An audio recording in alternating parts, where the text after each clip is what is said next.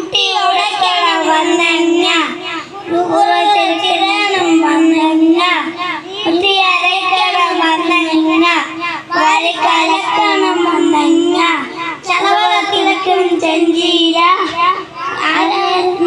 എങ്ങനെ വെക്കണം ചെഞ്ചീര